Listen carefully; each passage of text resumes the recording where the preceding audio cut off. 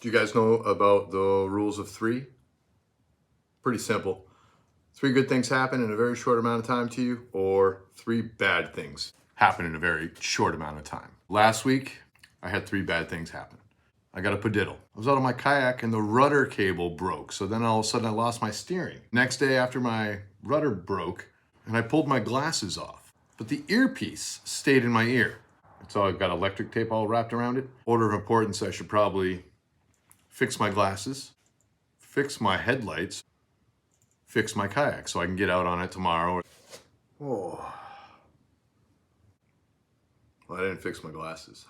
What you're looking at right there is going to be copper wire wrapped around my frame, and then super glue and baking soda, which is great, except for now the earpiece is winding that way, so now my glasses want to sit cockeyed. Let's go fix the headlight. Maybe I can fix that. 1 out of 2, not too bad. Go to bed so I can wake up and continue this, I guess. Regroup. See you in about...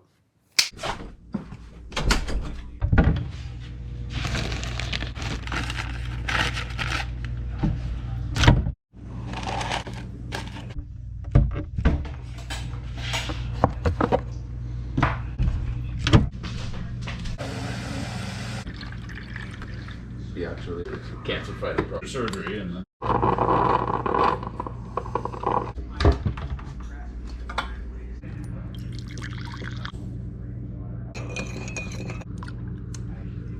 B-roll talk around here. B-roll of the B-hole. What I've been putting off that I need to do is fix my kayak rudder cable. This part sucks. I mean, lube the hell out of this thing. Shove it down the hole. All right, lubed. Let's go.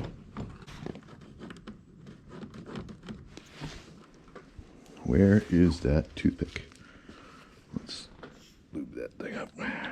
Jam it down this hole.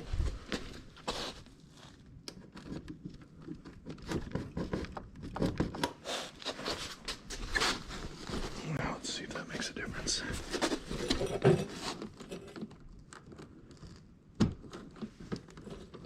Yes, got it. Once again, kids, the answer is more lube. Why isn't this working? More lube. Yeah. So we got that out now to rig this up.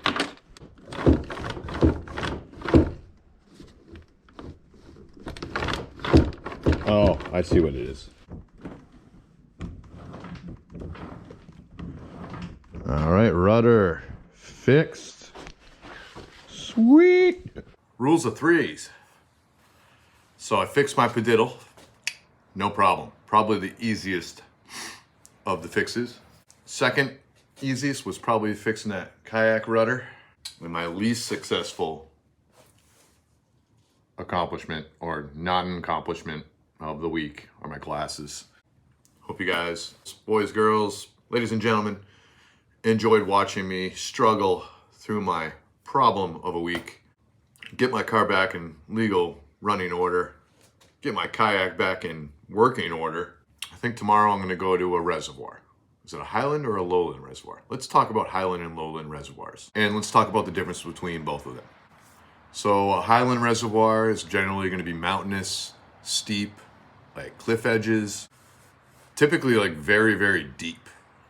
Steep banks and bluffs, and more often than not, it's going to be very clear in a Highland reservoir. But like think deep or very deep. I don't know if that gave you a clear picture in your head as far as, well, I have a picture I'll put up. Here's me at a Highland reservoir in California, kind of posing next to my kayak, but you can see how steep the banks are in the background. Now a Lowland reservoir, this is generally what I tend to fish. Usually they're pretty shallow. Think like a sloping bank. I mean, it could be steep, but it's more sloping. It's not just a cliff edge. Those tend to be not so clear. They tend to be off color, and the water clarity is going to be like off color. Lowland reservoirs have more cover, and they're going to have more like shallow water. I'd say 30 feet or less typically is a lowland reservoir if I was going to categorize it. I could be completely wrong, but I think shallow is like 8 feet. Standard like Highland reservoir is going to be pretty deep. It's going to be 30 plus feet is going to be Highland reservoirs. So a fun fact about lowland reservoirs is they heat up and they cool down quicker than Highland reservoirs. The only reason that they do this is because of the volume of water. If I had a cup of ice and a gallon jug of ice and I put them out in the sun, which one would melt faster? The glass, because there's less volume. Works, think about the glass as the lowland reservoir and the gallon jug as a Highland reservoir. It's going to take longer to heat up and cool down for that more volume of water. It's going to be a quicker transition for that cup of water. Now you might say, why is this even relevant? Well, I hear the term Highland and Lowland reservoir tossed around constantly, especially on tactical bassing.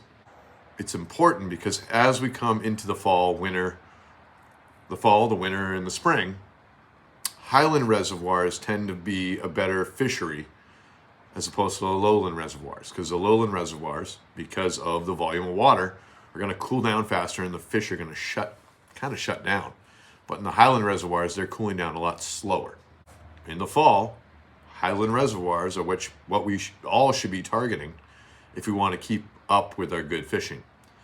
It's going to have to change some of our fishing tactics, maybe our lures, but the water temps are going to stay a little bit more even keeled, and we'll be able to get some more fish through the fall, possibly the winter, depending on where you are, and early spring.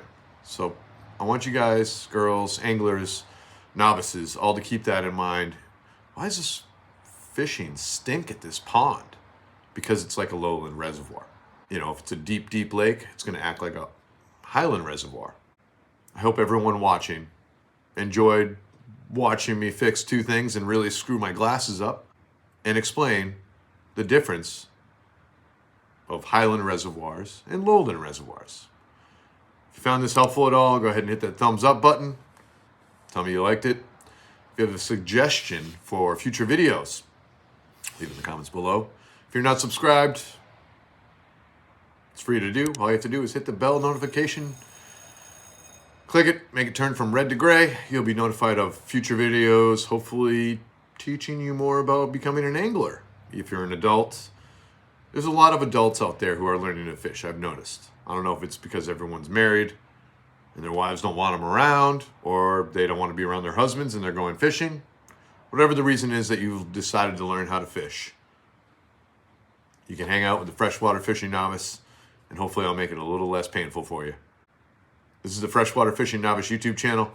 My name is Moles. I'm the Freshwater Fishing Novice. This has been Freshwater Fishing Novice Friday. I hope you guys have a great weekend. I'll catch you next week.